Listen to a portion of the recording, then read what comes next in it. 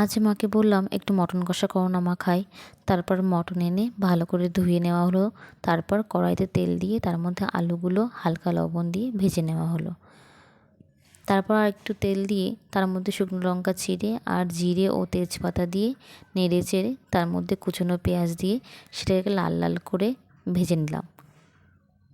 তারপর তার মধ্যে আদা রসুন বাটা দিয়ে সেটাকে ভালো করে ভেজে নিয়ে তার মধ্যে মাংস দিয়ে লবণ, হলুদ, লঙ্কা গুঁড়ো, জিরে গুঁড়ো দিয়ে ভালো করে কষিয়ে নেওয়া হলো।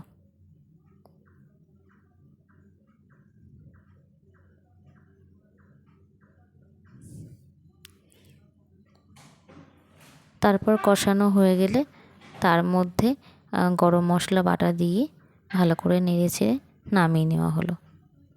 তারপর গরম গরম ভাতের সাথে মটন কষা খেতে উফ যা লাগে না, বলতেই জিভে জল চলে আসলো। তাহলে বন্ধুরা, পরের ভিডিওতে দেখা হবে। টাটা।